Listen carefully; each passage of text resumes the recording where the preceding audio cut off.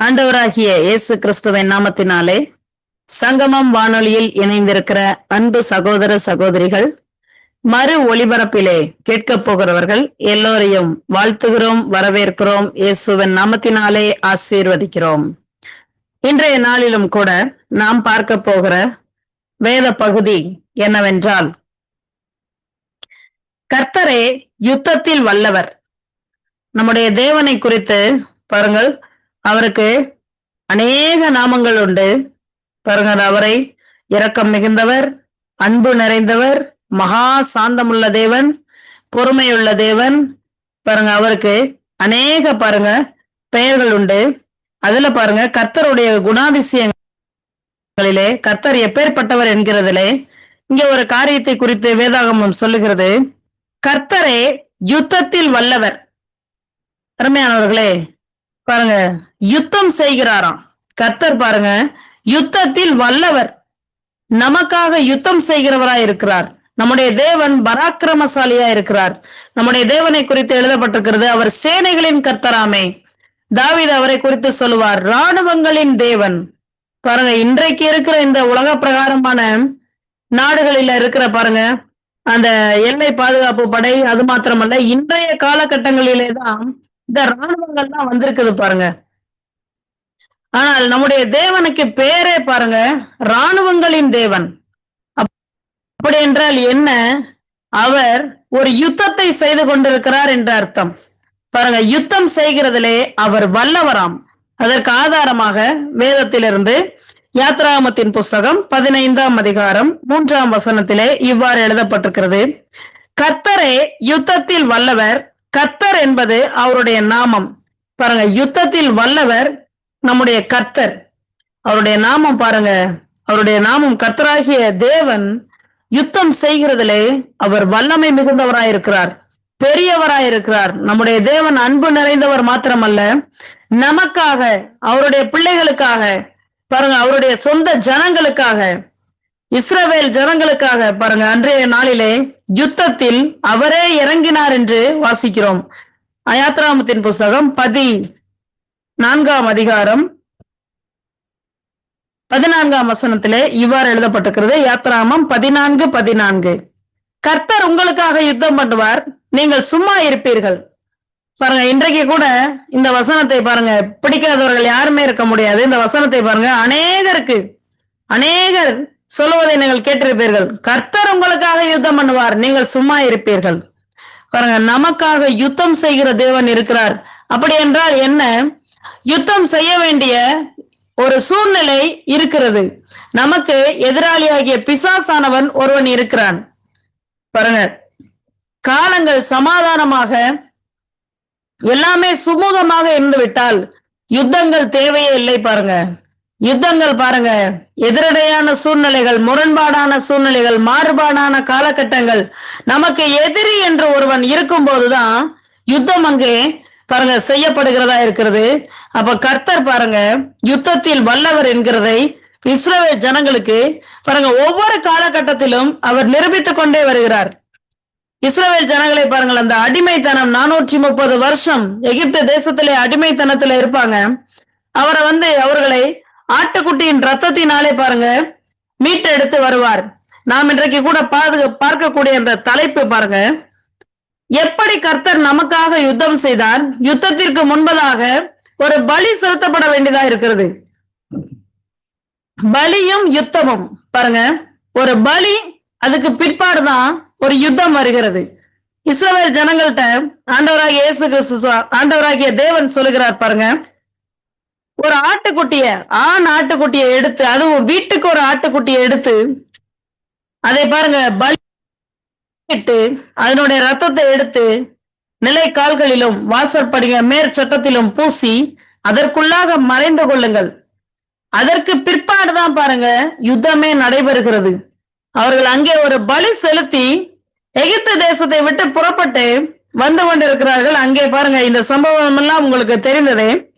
அப்படி அங்க வந்து செங்கடலை அடைய போகிற அந்த நேரத்தில் செங்கடல் குறுக்கே வந்து நின்று கொண்டிருக்கிறது.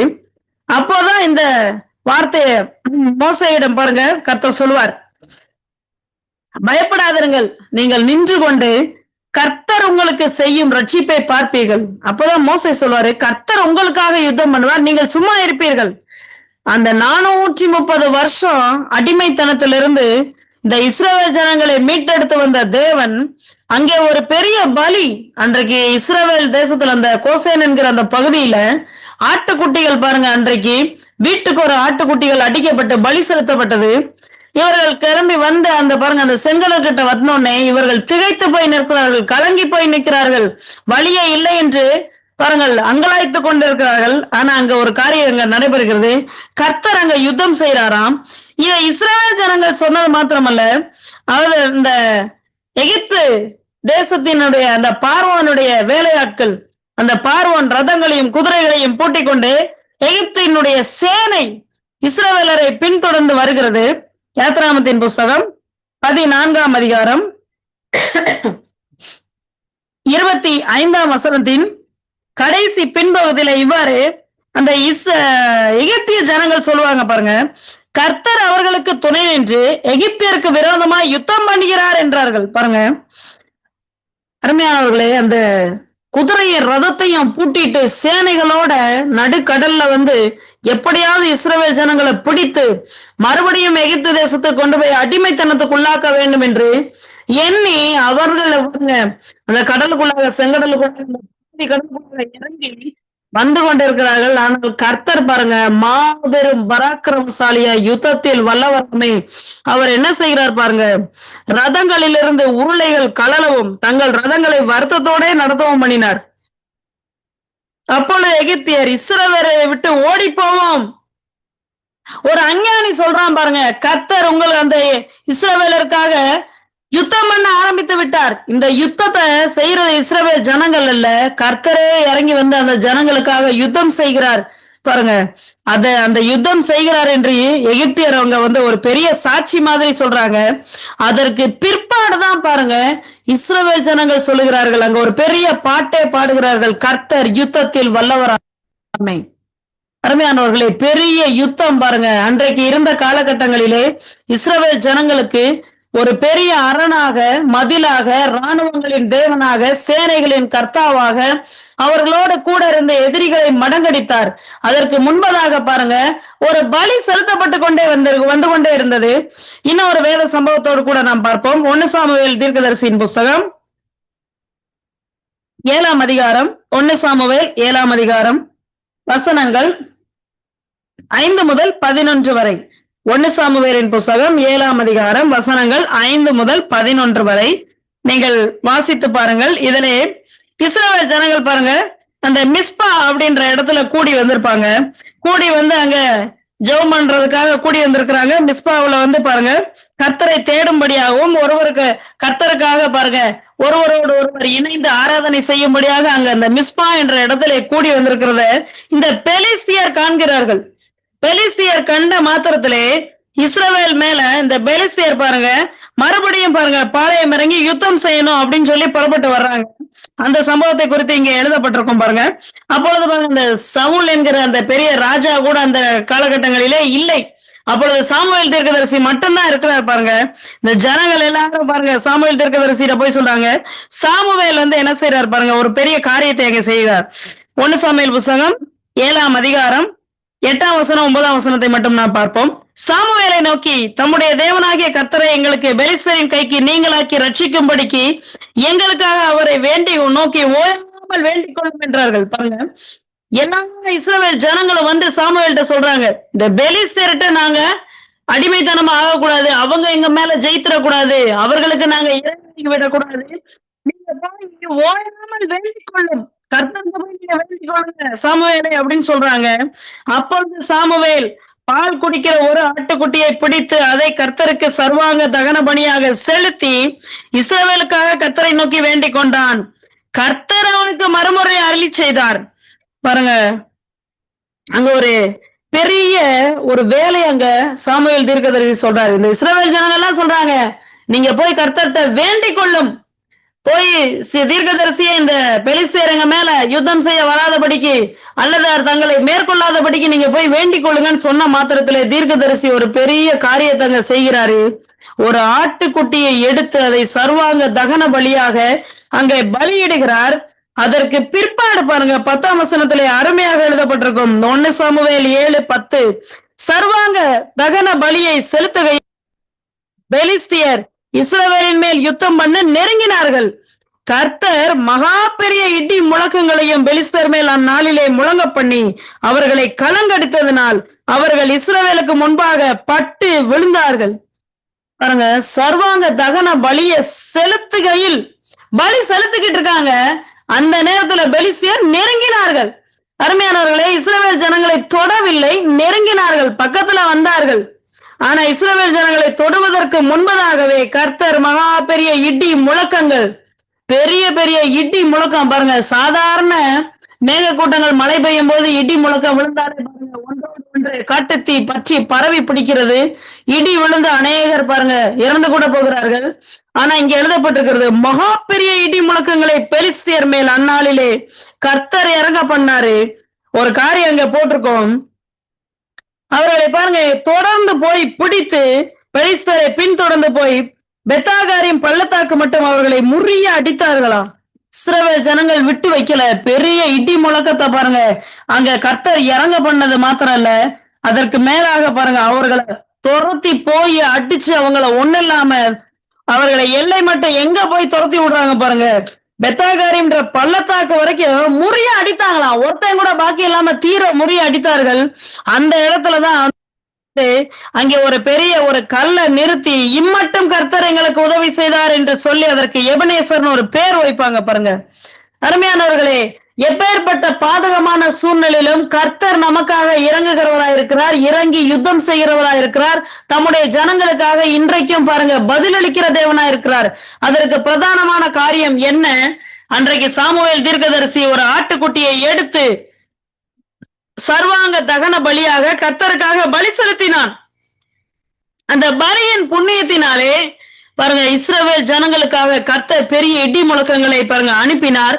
இடி முழக்கங்கள் பாருங்க விழுந்த மாத்திரத்திலே இந்த பெலிஸ்தியர் பாருங்க ஒருத்தன் கூட மிச்சம் இல்லாம அவர்களை முறிய அடித்தார்கள். துரத்தி துரத்தி அடித்தாங்க பாருங்க. அவ்வளவு பெரிய பேலன் எதற்குள்ள இருந்து வந்தது, அவ்வளவு பெரிய கர்த்தருடைய யுத்தம் அங்க எப்படி இறக்கப்பட்டது. அங்கே ஒரு ஆட்டுக்குட்டி சர்வாங்க தகன பலியாக பலியிடப்பட்டதினாலே. இன்னும் ஒரு வேத சம்பவத்தோடு கூட பார்ப்போம். 2 நாளாகமத்தின் புஸ்தகம் 20ஆம் அதிகாரம் வசனங்கள் 1 முதல் 24 வரை ஒரு பெரிய சம்பவம் இங்கே எழுதப்பட்டிருக்கும். 2 நாளாகமத்தின் புஸ்தகம் 20ஆம் அதிகாரம் வசனங்கள் 1 முதல் 24 அல்லது 25 வரைக்கும். இங்கே யோசபாத் என்ற ஒரு ராஜா இருக்கிறார் பாருங்க. அந்த யோசபாத் இஸ்ரவேல் ஜனங்களை ஆட்சி செய்து கொண்டிருக்கிறார். யோசபாத்தின் நாட்களிலே பாருங்க அவர்களுக்கு விரோதமாக 5 ராஜாக்கள் பாருங்க மனித குலங்கள், 3 ராஜாக்கள், அம்மோன் புத்திரர், மோவாபியர் பாருங்க, சேயீர் மலை தேசத்தார் அப்படின்னு சொல்லி 3 ஒரு பெரிய கூட்டம் பாருங்க எழும்பி வர்றது மாத்திரம் இல்ல, இந்த இஸ்ரவேல் ஜனங்களுக்கு விரோதமாக பெரிய பாளையம். இவர்களை எப்படியாவது மடங்கடிக்கணும், இவர்களை பிடிக்கணும் பாருங்க, இவர்களை அந்த தேசத்தை விட்டு துரத்தி விடணும் என்று இங்கேயும் பாருங்க ஒரு பெரிய யுத்தம் பாருங்க. யுத்தம் நடந்துகிட்டே தான் இருக்கும் போல.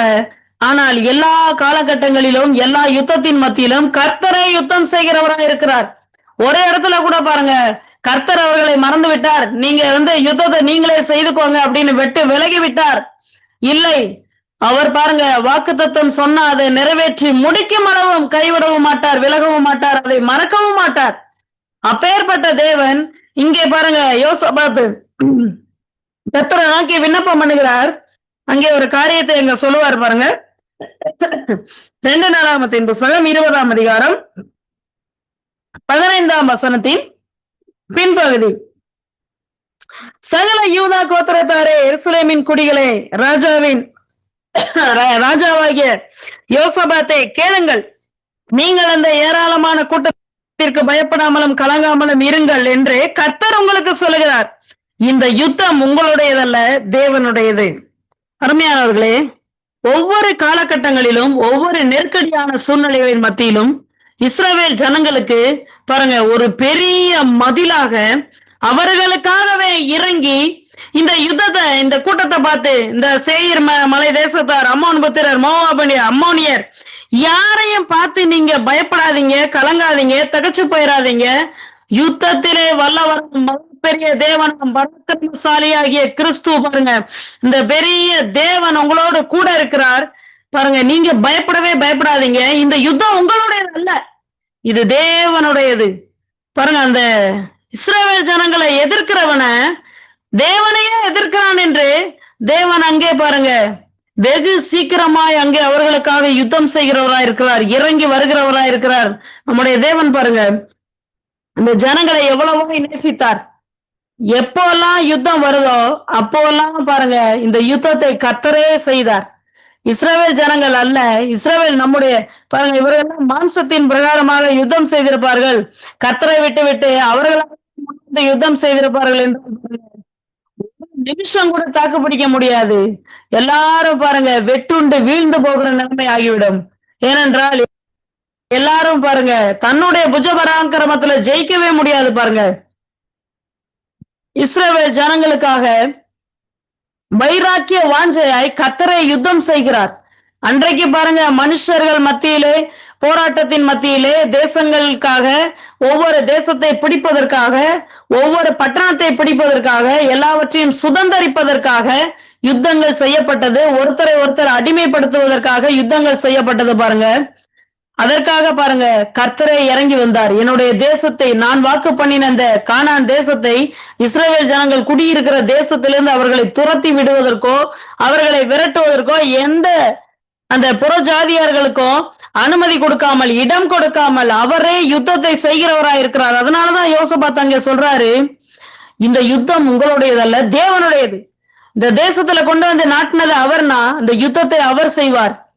அது மாத்திரமல்ல, அங்க அவர் எப்படி யுத்தம் செய்தாராம் பாருங்க, 22ஆம் வசனத்திலே இந்த யுத்தம் வேற மாதிரி இருக்கு பாருங்க. அந்த யுத்தத்துல மகா பெரிய இடி முழக்கத்தை ஏற்படுத்தினாரு.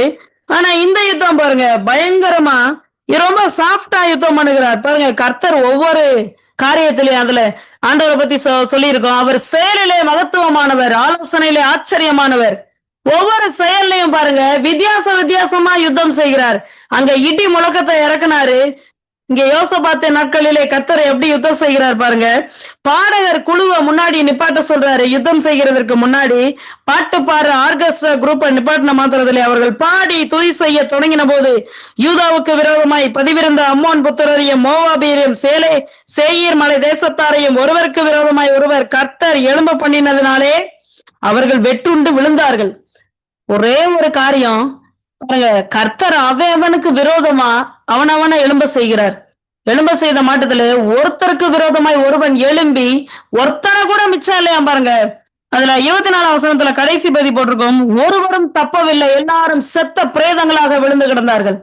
அங்க இடி முழக்கத்தை உண்டு பண்ணி கர்த்தர் யுத்தம் பண்ணினார். இங்கே யோசபாத்தின் நாட்களிலே பாட்டு பாடுங்கயா, யுத்தத்தை நான் செய்யறேன் அப்படின்னு சொல்லி ஒருவனுக்கு விரோதமாய் ஒருவனை எழும்ப பண்ணி ஒரு மனுஷன் கூட தப்பி போகாமல் அங்கே அவர்களை மடங்கடித்து அந்த இடத்துல பாருங்க அவங்க கொண்டு வந்த எல்லா கொள்ளை பொருளையும் 3 நாள் அளவும் கொள்ளையிட்டாருன்னா, பொருள், வஸ்திரங்கள், உடைமைகள், வெள்ளியுடைமை, பொன்னுடைமை. பாருங்க, ஒரு பெரிய யுத்தம் நடக்குதுன்னா ஒரு பெரிய ஜெயம் அங்கே வாக்களிக்கப்படுகிறது, ஒரு பெரிய ஆசீர்வாதம் அங்கே உண்டாகிறது. பாருங்க, சாமுவேல் அன்றைக்கு பலி செலுத்தி அன்றைக்கு பாருங்க அந்த யுத்தத்திலே கர்த்தரை அவர்களுக்காக இறங்கினார். இங்கே ஒரு பலியை செலுத்தினார்கள். அது என்ன? பாட்டு பாடி ஸ்தோத்திர பலியை, துதி பலியை ஏறெடுத்தார்கள். கர்த்தர் பாருங்க இங்க ஒரு பெரிய தேசம், அந்த ஒருவருக்கு விரோதமாய் ஒருவன் எழும்பும்படியாக ஒரு விரோதத்தை எழும்ப பண்ணினார். வெட்டுண்டு விழுந்தது மாத்திரமல்ல, ஒரு மனுஷன் கூட தப்பல. இங்க பெரிய ஆசீர்வாத கொள்ளையை இஸ்ரவேல் ஜனங்கள் பங்கிட்டு கொண்டார்கள். இதனாலே நமக்கு என்ன, இன்றைக்கு நமக்கு என்ன யுத்தம் இருக்கிறது பாருங்க. பேதுரு சொல்லுவார், தெளிந்த புத்தியுள்ளவர்களாயிருங்கள், விழித்திருங்கள், ஏனெனில் உங்கள் எதிராளிய பிசாசானவன் எவனை விழுங்கலாமோ என்று கெச்சிக்கிற சிங்கம் போல் வகை தேடி சுற்றி திரிந்து கொண்டே இருக்கிறார். இன்னைக்கு நமக்கு ஒரு எதிரி இருக்கான் பாருங்க. அன்னைக்கு கண்ணுக்கு தெரிந்த எதிரிகள் இடத்திலிருந்து கர்த்தர் யுத்தம் செய்து அவர் வல்லவர் என்பதை பாருங்க இஸ்ரவேல் ஜனங்களுக்கு காட்டினார். இன்றைக்கு நமக்கு கண்ணுக்கு தெரியாத ஆவி மண்டலங்களிலே பாருங்க ஒரு பெரிய எதிரி இருக்கிறான் பாருங்க. அதனாலதான் எபேசியர்ல இருக்கோம், நம்முடைய யுத்தம் பாருங்க இந்த மாம்சத்தோடும் ரத்தத்தோடும் அல்ல, துரைத்தனங்களோடும் அந்தகார லோகாதிபதிகளோடும் இந்த பிரபஞ்சத்தின் பாருங்க பிசாசுகளோடும் யுத்தம் இருக்கிறது. ஆனா இந்த யுத்தத்தை செய்கிறவர்கள் நாம் அல்ல. இந்த பிசாசு கிட்ட போய் நாம் இன்னைக்கு யுத்தம் செய்ய முடியுமா? பெரிய அந்த போர் வீரர்களுடைய எல்லா கவசங்களையும் அணிந்து கொண்டு போய் யுத்தம் செய்ய முடியுமா? நாம் வெற்றி பெற முடியுமா? இல்லை. எப்படி அன்றைக்கு சாமுவேல் தீர்க்கதரிசி ஒரு ஆட்டுக்குட்டியை பலியிட்டதினாலே மகா பெரிய இடி முழக்கங்களை இறக்கி கர்த்தரை யுத்தம் செய்தாரோ, இன்றைக்கு நமக்காக ஒருவர் பலியிடப்பட்டிருக்கிறார். பாருங்க, இன்றைக்கு நமக்கு ஒரு பலி செலுத்தப்பட்டிருக்கிறது. இனிமே யுத்தமும் கிடையாது, பலியும் கிடையாது. பாருங்க, நமக்காக ஒருவர் கொல்கத்தா மேட்டிலே 2000 ஆண்டுகளுக்கு முன்பதாகவே பலியிடப்பட்டார். அவர் எப்படி பலியிடப்பட்டார் பாருங்க. 1 கொரிந்தியரின் புஸ்தகம் 5ஆம் அதிகாரம் 7ஆம் வசனம். 1 கொரிந்தியர் 5:7 இப்படி எழுதி இருக்கும் பாருங்க. நம்முடைய பஸ்காவாகிய கிறிஸ்து நமக்காக பலியிடப்பட்டு இருக்கிறாரே.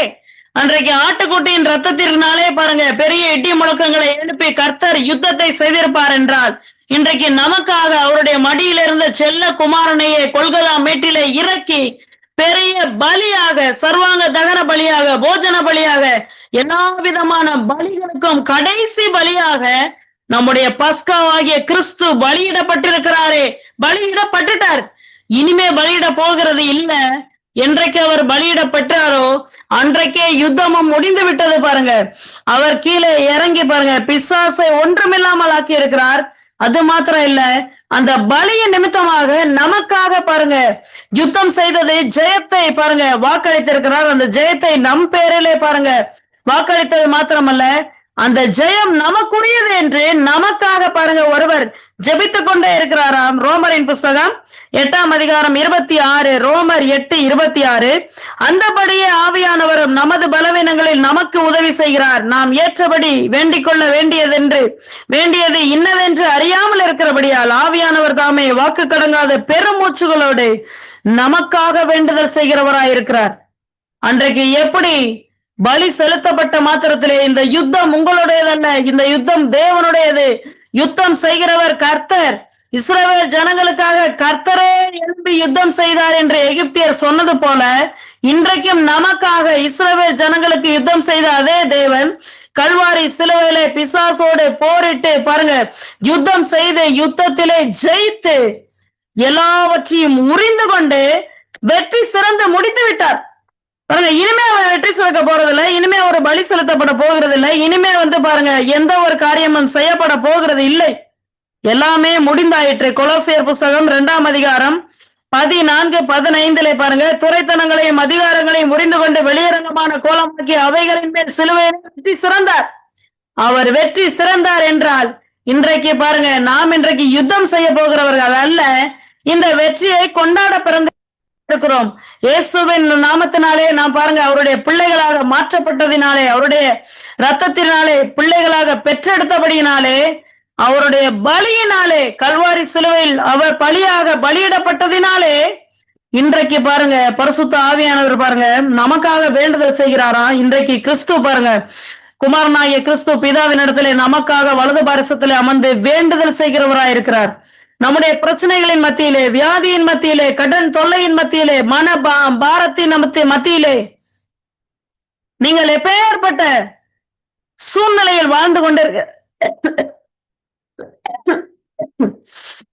வாழ்ந்து கொண்டிருந்தாலும் பாருங்க உங்களுக்காக ஒருவர் யுத்தம் செய்து கொண்டிருக்கிறார். சாரி, இன்றைக்கு நாம் பாருங்க இந்த வெற்றியை அனுபவிக்க பிறந்தவர்கள். இன்னைக்கு நாம போய் பாருங்க ஒரு பெரிய ஈட்டியோடும் கேடகத்தோடும் யுத்தம் செய்ய போகிறவர்கள் அல்ல. யுத்தம் கல்வாரி சிலுவையிலே நமக்காக முடிந்து விட்டது. என்றைக்கு கல்வாரி சிலுவையிலே பாருங்க முடிந்தது என்று சொன்னாரோ அன்றைக்கே எல்லாம் முடிந்து விட்டது. யாக்கோபு சொல்லுவார் பாருங்க, தேவனுக்கு கீழ்ப்படிந்தீர்கள், பிசாசுக்கு எதிர்த்து நில்லுங்கள். நின்னா போதும் பாத்துருங்க, விசுவாசத்தோடு நின்னா போதும், அவன் உங்களை விட்டு ஓடி போவான். அருமையானவர்களே, இன்றைக்கு யுத்தம் செய்கிறவர்கள் பாருங்க நாம் அல்ல, கர்த்தரே நமக்காக யுத்தம் செய்கிறார். கர்த்தரே யுத்தத்தில் வல்லவராய் இருக்கிறார். அன்றைக்கு ஆட்டுக்குட்டியினுடைய அந்த பலி நிமித்தமே பெரிய அற்புதத்தை இஸ்ரவேல் ஜனங்களுக்காக செய்திருப்பார் என்றால் பாருங்க, ஒரே குமாரன், அவருடைய மடியில இருந்த செல்ல குமாரனையே பலியிடப்பட்டது நிமித்தம் இன்றைக்கு நமக்கு எவ்வளவு பெரிய சிலாக்கியம், எவ்வளவு பெரிய கிருபை, எவ்வளவு பெரிய வெற்றிக்கு நாம் சொந்தக்காரர்களா இருக்கிறோம் பாருங்க. இன்னைக்கு நாம போய் யுத்தம் செய்ய வேண்டியதில்லை, யுத்தத்தை கர்த்தர் முடிச்சிட்டாரு. நமக்காக வேண்டுதல் செய்து கொண்டும் இருக்கிறார். இன்றைக்கு நாம செய்ய வேண்டியதெல்லாம் ஒன்னே ஒண்ணுதான். இப்பேற்பட்ட அன்பு நிறைந்த தேவனை, இரக்கத்தின் தேவனை உங்களுக்காக, உங்கள் சார்பிலே நின்று உங்களுக்காக வழக்காடி கொண்டிருக்கிறார், உங்களுக்காக யுத்தம் செய்து முடித்திருக்கிறார், உங்களுக்காக ஆசீர்வாதத்தை எல்லாவற்றையும் சவதரித்து உங்கள் பேரிலே வாக்களித்திருக்கிற இந்த இயேசு ராஜாவை உள்ளத்திலே சொந்த ரட்சகராக ஏற்றுக்கொண்டு அவருக்கு பிள்ளைகளாக மாறினால் போதும் பாருங்க. அவரை விசுவாசித்தால் போதும். ஆண்டவரே, நான் இன்றைக்கு படுகிற இந்த வேதனைகள் மாத்திரம் எல்லாவற்றையும் நீர் கல்வாரி சிலுவையிலே சுமந்து தீர்த்து முடிவு கட்டி இருக்கிறீர் பாருங்க. எல்லா பிரச்சனைக்கும் முற்றுப்புள்ளி வைத்திருக்கிறீர் ஆண்டவரே. இன்னைக்கு நான் வேதனைப்பட வேண்டிய அவசியம் இல்லை, வியாதியிலே கஷ்டப்பட வேண்டிய அவசியம் இல்லை, கடன் பாரத்திலே நான் அமிழ்ந்து போக வேண்டிய அவசியம் இல்லை. ஏனென்றால் எல்லாவற்றிற்கும் பதிலாக கிறிஸ்து கல்வாரி சிலுவையிலே பலியிடப்பட்டு முடித்து விட்டார். எழுந்தார், உயிர் தெழுந்தார், வெற்றி வேந்தனார் உயிர் தெழுந்த கிறிஸ்து இன்றைக்கு உங்களுக்கு அந்த நன்மையை செய்யும்படியாக உங்களை பாருங்க அழைக்கிறார். இதோ வாசற்படி நின்று கதவை தட்டி கொண்டிருக்கிறார். எனக்கு உதவி செய்கிறவர் இந்த உலகத்துல யாருமே இல்லை என்று கலங்கி திகைத்து வழி தெரியாமல் தவித்துக் கொண்டிருக்கிறீர்களா? ஒரே ஒரு வழி, ஆண்டவராகிய இயேசு கிறிஸ்து ஒருவர் மாத்திரமே. நீங்க செய்ய வேண்டியதெல்லாம் ஒரே ஒரு காரியம்தான். இப்பேற்பட்ட தேவனை உள்ளத்துல ஏற்றுக்கொண்டு, இயேசுவே நீர் ஆண்டவரே உள்ளத்துல வாங்கப்பா, நீர் இவ்வளவு பெரிய காரியத்தை எனக்காக செய்து எனக்காக பட்டீரே, உங்களை நான் என்னுடைய குல தெய்வமாக, வெற்றி வேந்தனாக, உள்ளத்திலே ரட்சகராக ஏற்றுக்கொள்கிறேன், எனக்கு உதவி செய்யுங்க, என்னை ஆசீர்வதியும் கர்த்தாவே என்று நீங்கள் அழைப்பு கொடுத்தால் போதும் பாருங்க. அவர் உங்களுடைய உள்ளத்திலே வந்து வாசம் பண்ணுவார். உங்களுக்கு பாருங்க அளவில்லாமல் நன்மைகளை அவருடைய கரம் பாருங்க கொட்டி கொடுக்கிறதா இருக்கிறது. இப்பேற்பட்ட அன்பு நிறைந்த தேவனுக்கு உள்ளத்தை அர்ப்பணியுங்கள். நாம் ஜெபிப்போம். அன்பின் பரலோகத்தின் தேவனே, இந்த நல்ல நாளுக்காக நன்றி செலுத்துகிறோம். கர்த்தாவே, யுத்தம் கர்த்தருடையது. கர்த்தாவே, யுத்தத்திலே நீர் வல்லவராயிருக்கிறீர், செயலிலே ஆச்சரியமானவர், மகத்துவமானவர், மகிமைக்கு சொந்தக்காரர், மகா பெரிய கர்த்தாவே தேவனாயிருக்கிறீர். நீர் எங்களுடைய ஆண்டவராயிருக்கிறீர். இந்த சங்கமம் வானொலியிலே கேட்கிறவர்கள், கேட்டுக் கொண்டிருக்கிறவர்கள், கேட்க போகிறவர்கள் எல்லாரையும் அவருடைய குடும்பத்தாரையும் உம்முடைய கரத்திலே கர்த்தாவே, உம்முடைய ஆளுகையின் கரம் கர்த்தாவே ஆண்டு கொண்டிருக்கிறபடியால் நன்றி. நம்முடைய பஸ்காவாகிய கிறிஸ்து நமக்காக பலியிடப்பட்டிருக்கிறாரே, ஒவ்வொரு மனுஷனுக்காகவும் நீர் மரணத்தை ருசி பார்த்திருக்கிறீர் ஆண்டவரே. ஒரு மனுஷனாகிலும் கெட்டு போவது உமக்கு சித்தம் அல்ல என்று எழுதியிருக்கிறதையா.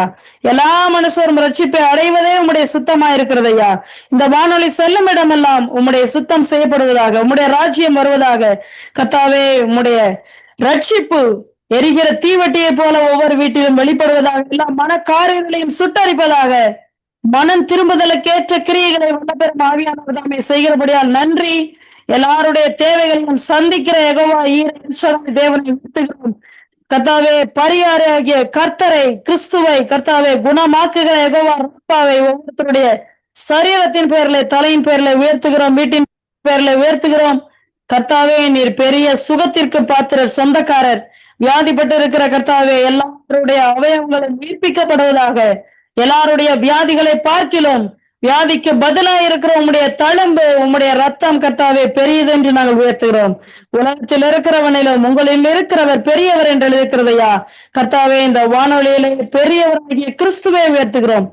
மற்ற எல்லாவற்றையும் கர்த்தாவே தாழ்த்துகிறோம் ஐயா. துதியும் கனமும் மகிமையும் ஆண்டவராகிய இயேசு கிறிஸ்து ஒருவருக்கே ஏறெடுக்கிறோம். இயேசுவின் நாமத்தில் ஜெபிக்கிறோம் எங்கள் ஜீவனுள்ள நல்ல பிதாவே. ஆமேன், ஆமேன். ஆமேன், ஆமேன். அருமையான வார்த்தை எங்களுக்கு பகிர்ந்து கொடுத்த சிஸ்டர் ரூபி அவர்களுக்கு நாங்கள் நன்றி செலுத்துகிறோம். அது மட்டுமில்லை, அவர்களை கர்த்தர் மென்மேலுமாக ஆசீர்வதிப்பாராக. யாத்திராகமம் 14 யாத்திராகமம் 15 3 யாத்திராகமம் 14 25 1 கொரிந்தியர் 5 ரோமர் அதை வசனத்தை மறுத்த கொலோசியர் 2 15 16 அப்படி அருமையான வார்த்தைகளை கொடுத்து கர்த்தர் உங்களுக்காக யுத்தம் செய்வார். அவர் எங்களுக்கு வல்லமையும் போதுமானவர். அதாவது கர்த்தருடைய வார்த்தையை கூறுறது, வாதை உண்டன் கூடாரத்தை அணுகாது, பொல்லாப்பு நேரிடாது என்று அவர் எங்களை காத்து வந்த தகப்பன். ஆட்டுக்குட்டியின் இரத்தத்தினால சாத்தானை ஜெயித்து விட்டோம். ஆவி உண்டு, வசனம் உண்டு, அன்றான்றன் எங்களுக்கு வெற்றி உண்டு. இந்த வார்த்தையின் மூலமாக கர்த்தர் எங்களுக்கு வெற்றி கொடுத்து நாங்கள் யாவரும் வெற்றி கொடி பிடித்து நடப்பதற்கு அவருடைய வல்லமையும் அவருடைய அன்பில் நாங்கள் அடங்கி தங்கி இருக்கும் பொழுது அவர் எங்களுக்கு இன்னும் அதிகமாக என்ன விதமான யுத்தமாக இருந்தாலும் சரி, அவர் எங்களுக்கு நாங்கள் மௌனமாக இருக்கும் பொழுது அவர் எங்களுக்கு வெற்றி கொடுக்கிற தகப்பனாக இருக்கிறார்.